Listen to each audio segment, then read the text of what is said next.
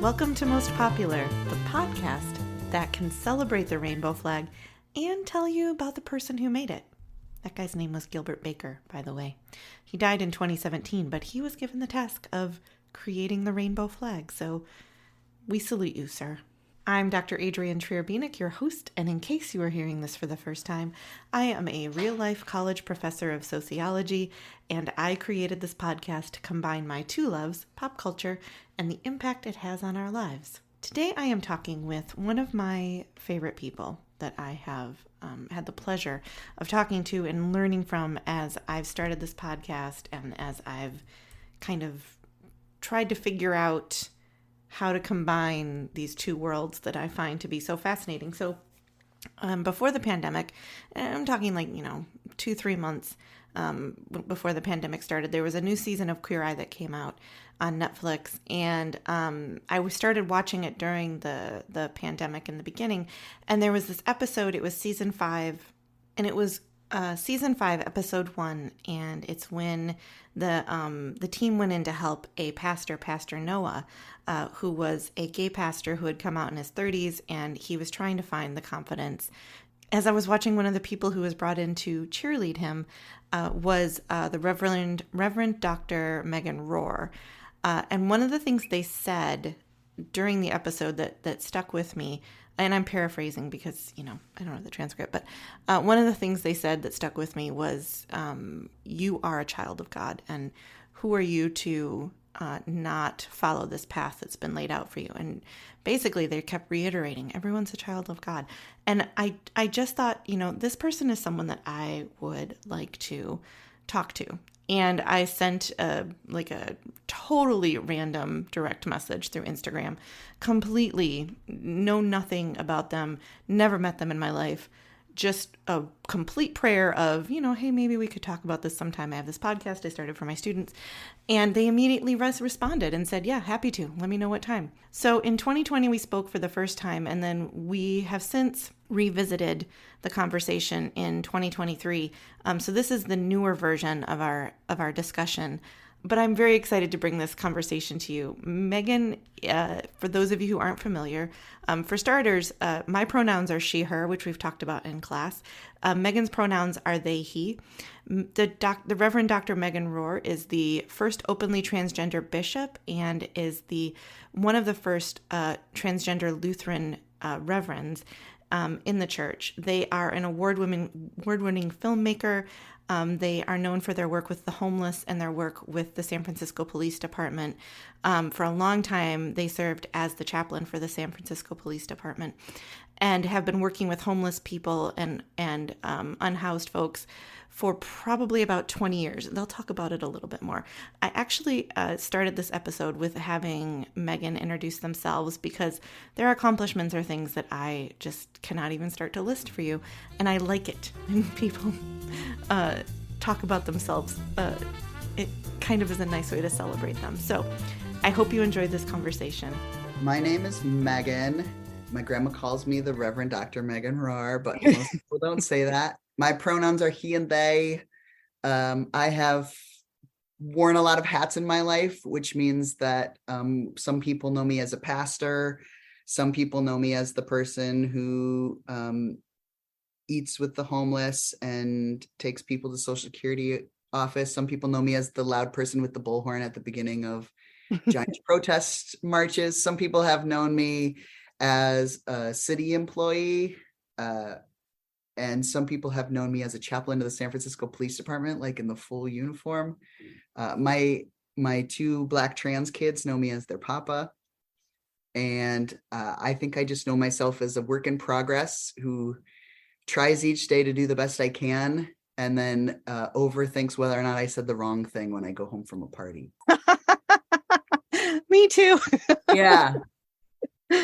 Yeah, I love having conversations with people, and then, the anxiety sets in about 10 minutes later of like, oh man, really? That's what came out? Okay, sure. There's a few people who think I'm a social influencer and know me from being on Netflix Queer Eye, but that's a whole nother story. I mean, that's how I found you, was on Queer Eye. I've told you this before, but when you looked at, so you were in the episode, I forget the man's, Noah was the man's name. Yep. who was an out reverend like yourself, and you were trying to talk to them about dating and being out. And you said, you are a child of God. And that has stuck with me indefinitely. I mean, it will always stick with me, the way that you handled that situation, because that seems to be your thing, is like, we're all children of God. This is what we're here for. Yeah. Yeah. Well, and if you want the nerdy background story for that too, it's a very kind of trans background story. Is back in the 1500s, in the let's say it's like 1517, the printing press is just being invented. Martin Luther's real mad at the church, and creates sort of this uprising of the people because they had a pandemic and then they lost their minds and got angry. Martin Luther, they try to kill him. They're like, you're the worst, get out of town. And so his friends kidnap him and take him to this hill called Wartburg Castle. And he pretends to be a knight named George. And he, during his little timeout, decides he's going to translate the Bible. And in my imagination, I always thought it was just him translating the Bible all alone because he was such a smart dude. But he had 12 Bible scholars, and some of them would do the Greek portion that's about Jesus and the Hebrew portion that's about all of the children of Abraham. And then they would give him the translations, and then he would take their literal translations and make them into poetry. His version of the Bible in German is one of the first times real people got to hold a Bible in their hands, because the printing press, and because no one had translated it. It was always in Latin or in Greek, and you had to know these ancient languages, and people couldn't have their own relationship with God. They had to just trust whatever a priest would tell them, who was speaking the words of God in a different language. And so what he did is he changed the translations in really beautiful ways. And most people don't know this because they just think from the beginning of time, ye olde people were like, let's get it right so everyone knows what God has foretold. But really, Luther believed deep in his heart that God was on the side of everyone. And so the right translation was not the most literal translation.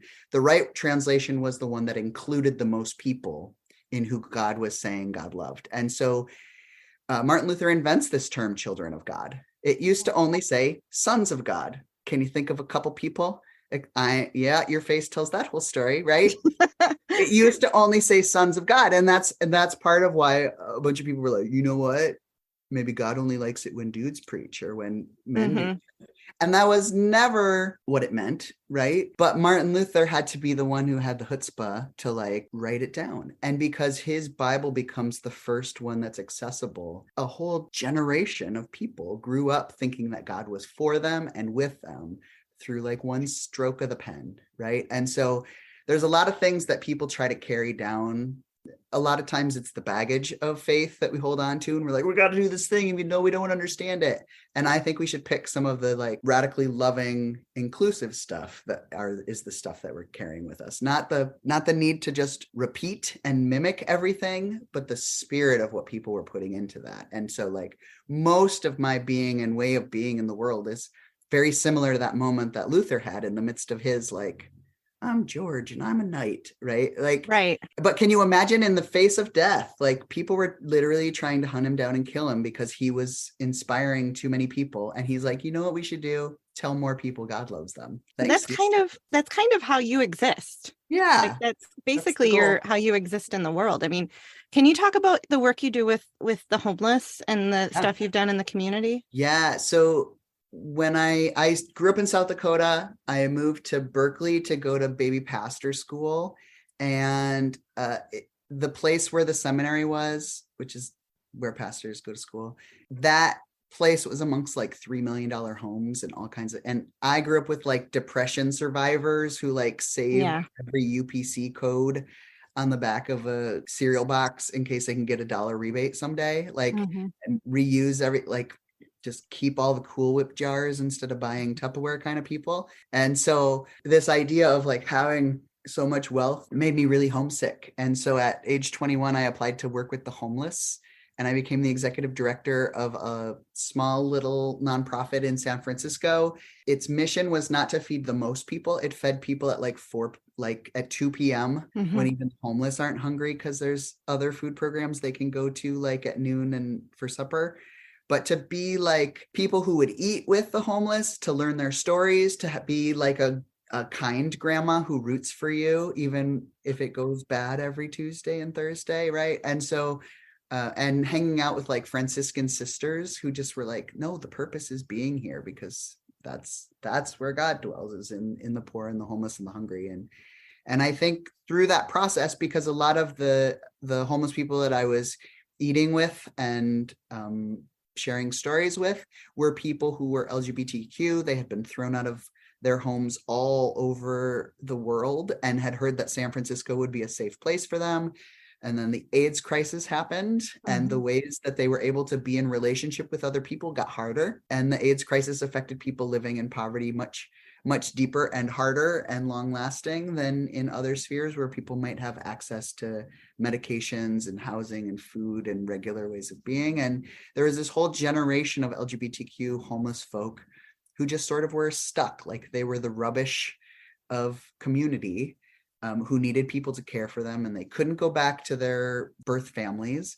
And the capitalistic, very expensive housing of San Francisco wasn't going to be the best space to be a chosen family. And so I sort of like took that role. And like at age 21, like people in their 40s through 70s would call me Ma, like, because I just would care about them. I had this deep sense, like I would walk home from work and I would just feel like, oh, I gave them a blanket and I gave them a blanket and I gave them, and I, you know how you sort of get that like urge of like, I should tuck them in, and then I never would, because that would be creepy and terrifying to a homeless person sleeping on the sidewalk. Didn't you tell me once yeah. that happened to you when you were sleeping on the street? Yes. To help out, and someone brought you their blanket and you thought, oh my God, something bad's going to happen. Yeah. Dominic was putting blankets on me while I was sleeping out, because the neighbors were like calling the police and saying that bad stuff was happening on the sidewalks. And I was like, well, I should check it out, right? Maybe they're right. Yeah. And so I slept out there, and he put blankets on me, and it was creeping me out. And I didn't want to look out because I was like, I'm female bodied. This could be bad. Like I knew all the ways it could be bad. And so I like just hid, and then it touched me again. And then I looked up and he just starts laughing at me because he was like, you always give me blankets. I thought I should give you blankets, right? And so I was like, it is creepy to be tucked in like that in the middle. And I can see that, especially if you don't want people in your bubble. I totally get it. Yeah. But then sort of like creatively tried to figure out, like, I can't solve everything about homelessness from my tiny little nonprofit, but like I would sleep out for a week on the streets and kind of try to discern, like, what's the thing I can do for this year? Yeah. Right. What's the thing I noticed that maybe could make a difference? And so there was a year I became a notary public because the Republicans figured out you could get rid of 40% of people who are receiving benefits by requiring them to have an ID. Can't get your ID unless you have your birth certificate. Can't get your birth certificate unless you have your ID. And so I became the person who could sign knowing all of their names as a notary public. I was able to do that only because I knew their names. Started a community garden project. Because a lot of the people were starting to get housing, but they didn't have like backyards or any of the things people normally think about. Like they even had to like share bathrooms, and sort of we now know about all of the wellness and care that you can find through gardening and meditative thought, but it wasn't something that was very readily thought about for people who have like severe paranoid schizophrenia, because people are just thinking doctors is where we should force them to go. But the plants, you can hear all the voices you want and talk to a plant and they don't care, right? Like you can, the plants don't call you names. The other gardeners of different economic background, you can be smelly, you can be dirty and hang out in a garden. In fact, you're probably a better gardener if you're smelly and dirty, right? And so did some projects where we got folk free prescription eyeglasses under the idea that if someone gets an easy yes, that they might want to be in relationship for working on some of the harder stuff in their lives. And I currently serve on the city of San Francisco's local homeless coordinating board, which is just like a federal term for the community group that gets to create the decision-making about what sort of point system will a city use when they figure out how to distribute housing and shelter.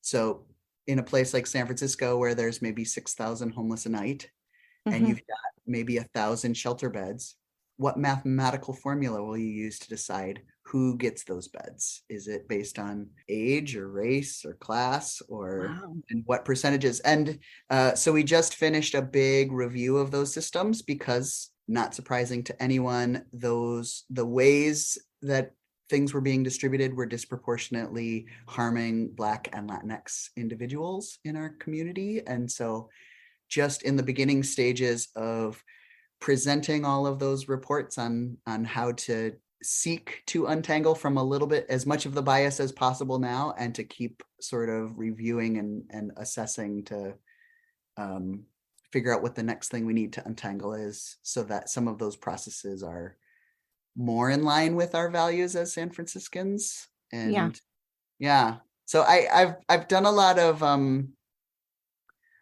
of like sitting in dirty places and listening to stories, and a lot of like trying to work inside the system for change, a lot of like big protests for change. This past Wednesday was Ash Wednesday, and there were like 30 to 60 mile an hour winds, so we didn't get to do a lot of the like regular churchy stuff that we were planning to do. And so I got to just hang out with the homeless in front of Glide Memorial Church, which is where I'm at now, and just like learn people's stories and talk to them and talk about why we remember our mortality and talk about grief. And you learn everything from folk who have broken hips and can't move because their wheelchairs have been stolen, to talking to people who are now on the second dog that has overdosed and died because it accidentally ate fentanyl from the sidewalk. Oh God.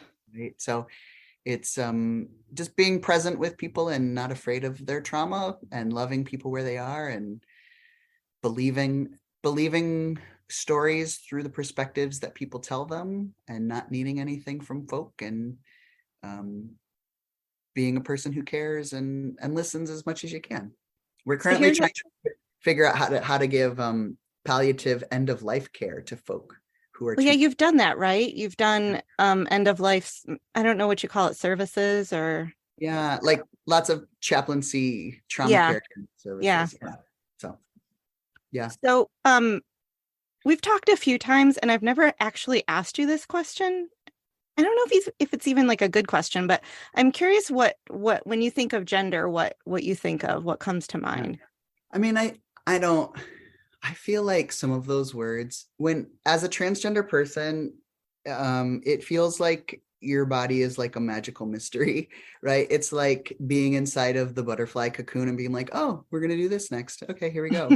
Right. And so I kind of think it's really funny that people like to label and classify things when clearly it's like a pendulum that can swirl in any direction that you want to. And like my best guess is that there are people who want how the flaps and the folds configure in our body to be our sex. And maybe some people want chromosomes, but they really don't, because they don't want to talk about how many different chromosome variations they are. They're just looking for ways to like bundle into groups.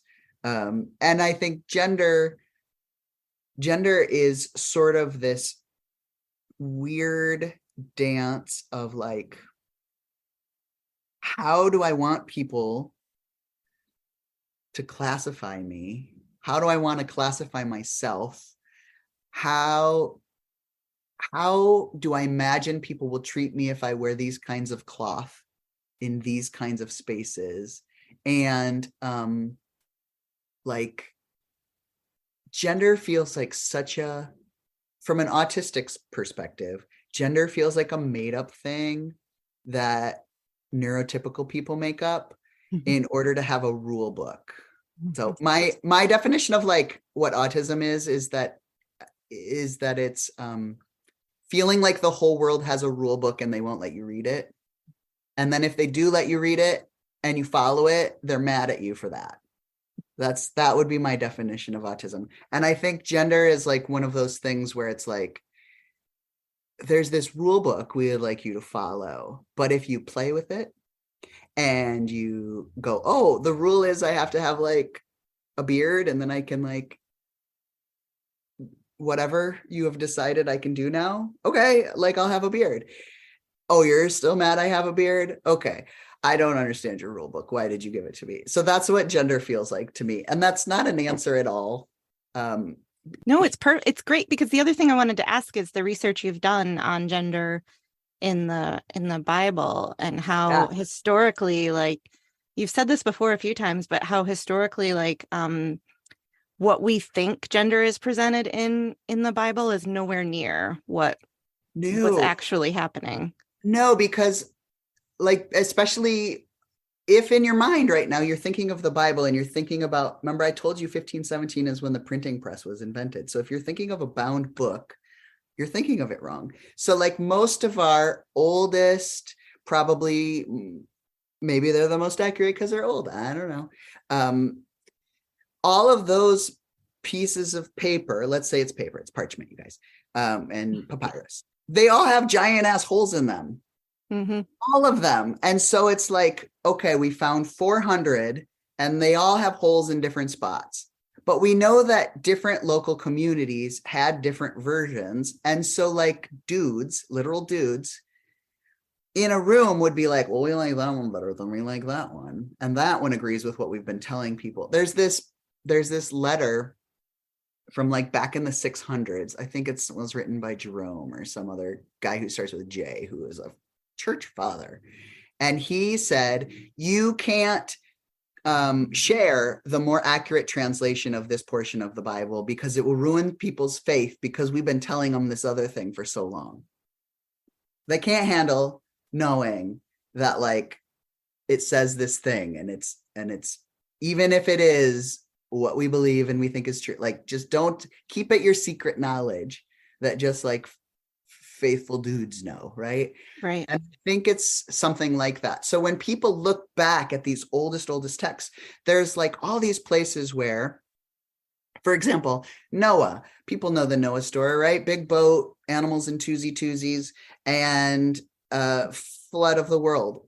Noah, fun fact, his name means selfish because he didn't want anyone else saved. He didn't even try. But Noah, sometimes called he, when he does things that might be gendered female, like building a tent, his pronouns become she in the oldest documents. Now, what did ye oldie like dudes in the room say? Well, they must have just made a mistake when they wrote that down. Let's just not do that. Or it's still in the text, but a rabbi, because most people just, the rabbi reads it and the rabbi just switches it. So it's not confusing, right? When Jonah goes into the whale, Jonah gets swallowed by Pinocchio is Jonah. Okay. So Jonah goes into the whale because Jonah doesn't want to do what God wants God to do, goes inside the whale. After Jonah comes out of the whale is a different sex. Why? Don't know. I'm going to blame Jonah.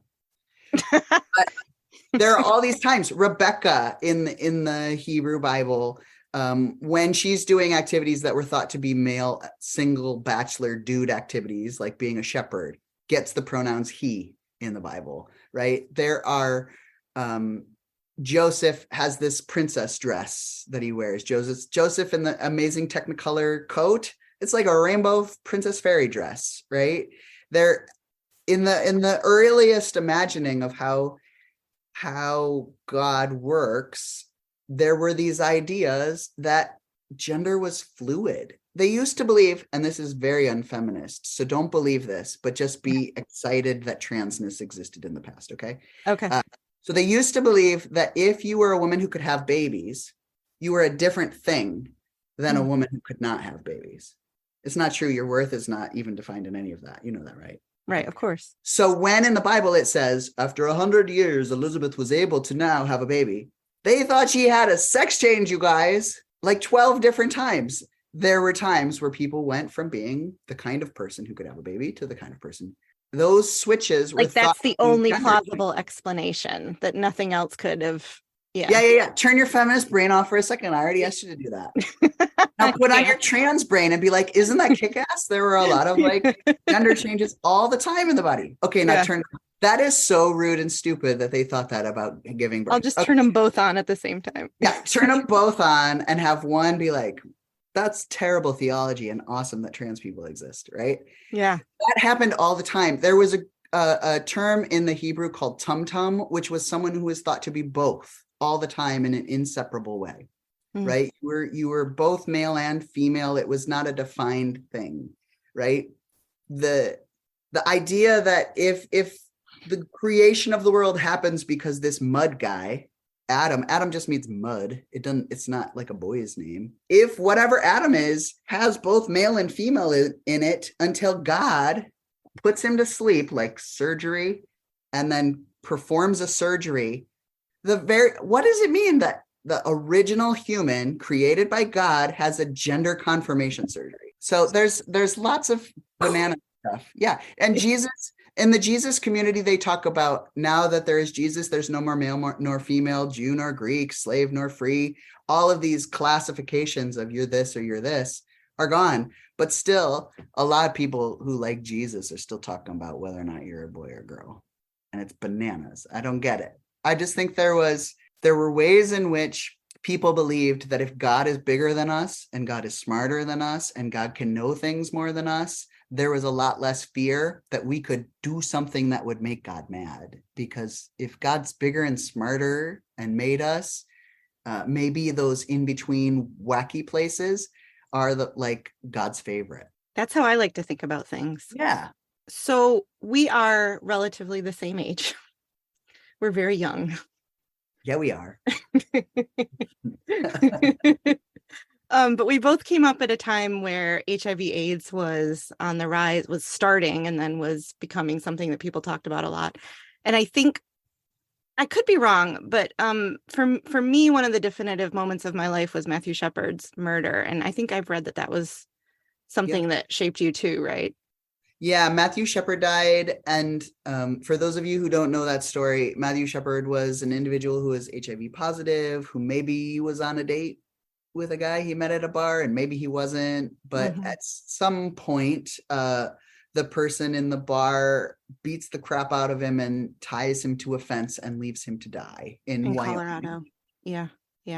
Laramie, Wyoming? Wyoming. Yeah. I get my Western states mixed up. It's up. okay. But the fence that he was tied to looked like a cross. And so the picture of the fence where he had died went the 1990s version of viral, right? And was on the cover of every paper and magazine and talked about forever. And so this sort of created a panic moment for the United States, where people were kind of casually talking about whether or not they thought gay people, I wish they had the vocabulary we have now, but gay people, whether or not they deserve to die or not, based on who they are. And the majority of the population in the United States said die. And some of that vitriol came from churchy people. Churchy people used to have TV shows. The churchy people of almost every single denomination, the fancy higher up in charge people, said AIDS was great because gay people deserve to die, and advocated that there not be research into how to end their pandemic that still exists today, that there not be funding for medicine, and that people be thrown out of churches, not allowed to have communion, all of those things in the midst of a pandemic. So imagine this current pandemic where you're trying to figure out whether or not you should wash your groceries and all of the things that came from that early fear. But in the midst of it, people are saying, yeah, we're not going to research this, or we're not going to study it. We don't care. You deserve it. You should just not why are you breathing anyway? And so it created a lot of resiliency in the queer community, which is really lovely. And amongst people of faith, there is a very clear generational difference between those who cared for people dying of AIDS and those who did not go through that experience in the church community. And I think part of the growing pains right now in churches is people who don't understand why it feels like this really tight-knit group that they can't get into. And a lot of that has to do with where people were and how they cared for people during that AIDS crisis. Watching people get to a place where they would rather be kicked out of a church than participate in a church that speaks like that. I think both the queer people who are acting up and the churchy people who were like, kick us out of your church. In the Lutheran church, a movement grew to start ordaining and allowing gay people to be pastors, even though it violated the contemporary rules, but followed those ye old-timey rules from Martin Luther. And they were like, fine, throw us out of the church. If you feel that strongly, you kick us out, because we're going to follow God and faith and what is clearly ethical in this moment, rather than pandemic of, I don't know, yucky hate. Yeah. It's interesting because when I think about everything you just said is 100%. When I think about that time, I also think about the resiliency that queer people had to adopt by no reason other than no choice, like you. And, things like making the AIDS quilt and placing it in places where you had to see it, like taking it to DC, my little town had 1,200 people in it, and somebody there thought it was important enough to bring that thing in and show this tiny town of people, like, here, this is the problem here, right here. These are real people with real things happening. I don't want to say silver lining, because that's not true, but if there is something to say, okay, look, this is where this resiliency came from, this, like, we've got to take care of ourselves. Yeah. And I think there have been moments of history that are like that throughout different kind of time periods in the world, where it's like, no one's going to take care of us unless we do it ourselves. Back in the like 40s, there were people who were trans and no one would give them any information. And it was, you could be arrested for wearing the buttons on the wrong side of your shirt. Girls wear buttons on this side and boys wear buttons on this side. I know. And that law was in existence all the way until like 1976 here in San Francisco. And they said it was because they wanted to be able to arrest people who dress in costumes who might rob a bank before they rob the bank. And it's like, it was only ever used to arrest trans people saying they were wearing a costume, or people who were doing drag. And there were people who would create their own newsletters and handbooks, and they would say, if you go to Seattle, there's this one doctor, and if you tell him you have tattoos, he'll think, oh, you must really be trans. And like, this is the secret code you have to say to get care. Or this is the number of milligrams I get in my testosterone treatment, and it is working for me. So tell your doctor, who knows nothing about this, that this might be the dose.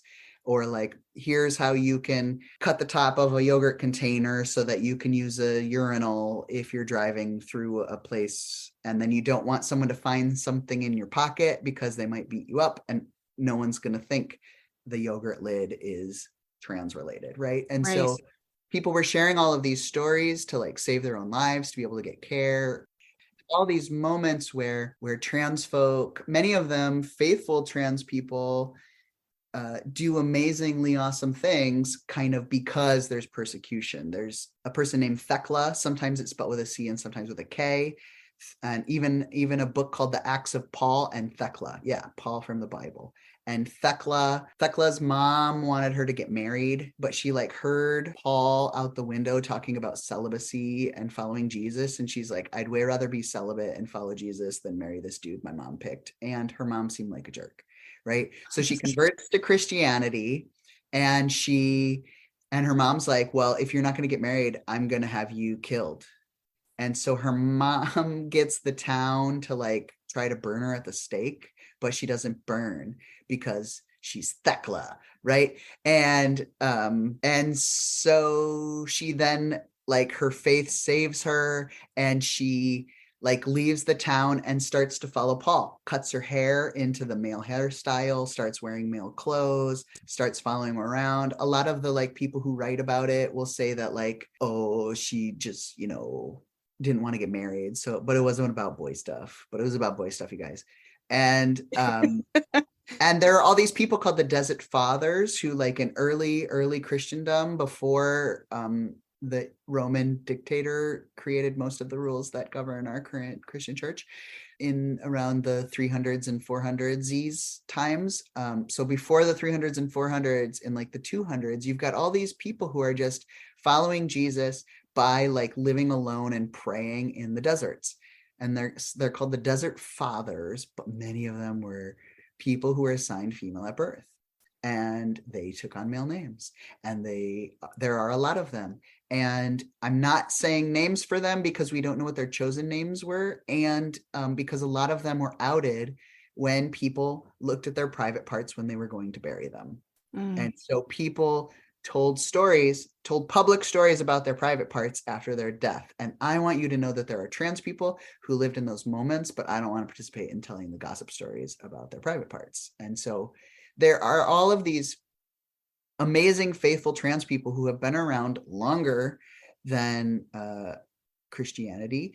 And if you believe it, the way I told the Adam story, maybe the first people created, but there's always been trans people, and there's always been trans people of faith, in the same way that like there are plumbers of faith and plumbers who kind of are jerks. There are trans people of faith, and there, I'm sure, are some trans people who are jerks, but like there's a full spectrum of people. But if you're someone who's looking for heroes and sheroes, don't believe people who are in a like Frankenstein mob telling you this is brand new and I'm mad. When there are like fish that change sex, and if there aren't any roosters, the hens will change. Like there have been in nature banana slugs. And so like there are all these animals that have always done this. Humans have always had experiences like this. There's nothing new under the sun, y'all. I mean, listen, I've said it before and I'll say it again. Jurassic Park nailed this when they had the dinosaurs change sex from, right? Because they made all women dinosaurs thinking, oh, we got this under control. And then again, Jurassic Park is a life lesson for all of us. Life finds a way, for sure. Yeah, exactly. And that's true in faith communities. They're in the Nicene Creed, the very first act of the Nicene Council. Remember, I said Constant, that like Constantine, who's the Roman emperor. Remember the Romans? They killed Jesus.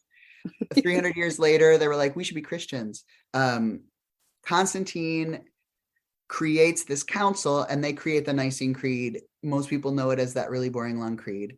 But they actually made several decisions at their very first gathering. And the very first of their decisions was, we no longer can allow trans people to be pastors or bishops. There were so many trans people as pastors and bishops. They were like, we should not do this anymore because they might be the ones who like win. And Constantine's, his motivating factor is he had just won a civil war, and he wanted to make rules. The very first rules about who could be a pastor and who could not be a pastor, who's in and who's out, were not litmus tests about faith. They were about which side of the war, the civil war you had been on, and if you were in favor of Constantine or the other dude who lost, right? And it was about, how can the bishops who follow Constantine be the bishops who are respected, not those way more famous trans bishops at the time, right?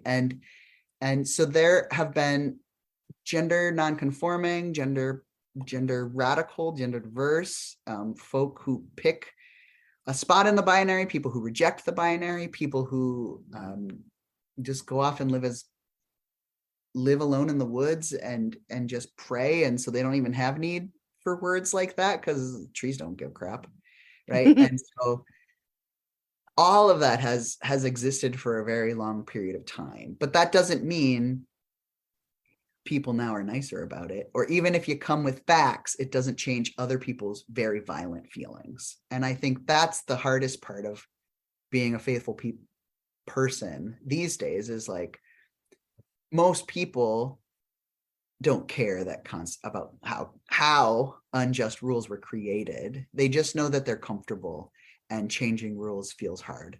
And they don't really care necessarily that trans people existed forever, because it still feels scary and sad if your own kids are using words you don't know how to use and telling you you're bad because you don't use them, or if it feels like the world is changing or might become more dangerous. And so I think that our contemporary church doesn't necessarily know what to do when things feel new.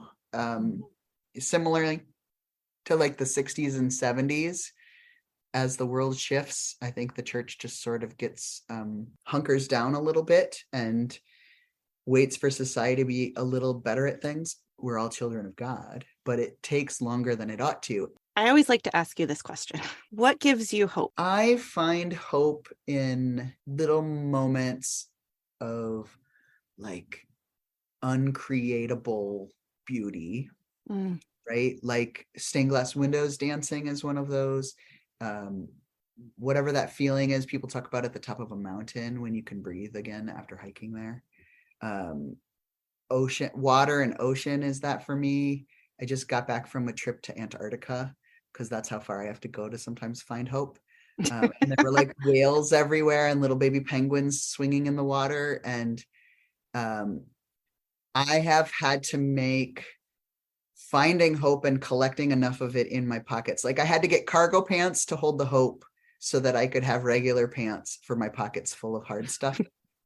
And so that has meant regularly traveling to places where there are beautiful or new or interesting things to see. It means sometimes like I couldn't necessarily tell you what the flaps and folds of my bodies will be next month, but I can tell you which foods can bring me joy for like 5 minutes. And that for me is enough some days, like knowing a Starbucks order or a Pete's order or a Caribou coffee, depending upon where you're located, is the most ethical choice. Good for you. But there are days where I just need to order the thing that's going to make me have a couple moments of joy. Babies laughing is always on the list of that. You could be like, well, at least we got science, or at least we got a vacation coming up to Mexico. At least we've got a new day. Yeah. At least we've got Saint Joseph, right? At least we've got whatever person you like. And so like, I don't care if you have faith in God, but have faith in at least something. Have faith in nerdy stuff, have faith in pets in your life, have faith in something that's going to get you to tomorrow. And then if you do manage to have that full ladder of resiliency and wellness, then I would love you to speak out as much as you can so people know 2 people that can be a reason that they stay alive today. And then we'll have 5 people, and then we'll have 20 people, right? And I gain a lot of strength from reading the stories of other people who have done hard things. There was a period of time where I was the first trans bishop ever elected to be a bishop since Constantine made those rules. And part of what helped me get through the very long, short time that I did that is reading the stories of other historic people who were the first to be a bishop and what it was like in each month of their life. And to be like, just knowing that there are people who have done hard things, who have managed historic roles. Get yourself some role models, not because you need to be perfect or a superhero, but because it's good to know you're not the only one who is faking it some days. Yeah. And you're not the only one who's heartbroken, and you're not the only one who's done a thing, right? But the message of the day is just like, all the broken that you are doesn't make you worthless. Right? All the broken that you are is what makes you human and is what makes you beautiful. And you're someone else's stained glass window dancing, even if you haven't found each other, right? Thank you so much for listening. You can find more episodes of Most Popular on iTunes and SoundCloud. More information, including additional resources for educators, can be found on my website, which is Trier-Bieniek.com. And the website is listed in episode notes in case you want to know how to spell all of that. I'm on Instagram at dr.adriennetb. That's at dr.adrientb. As always, thank you so much to my students for the encouragement to keep making these episodes, and I will see you next time.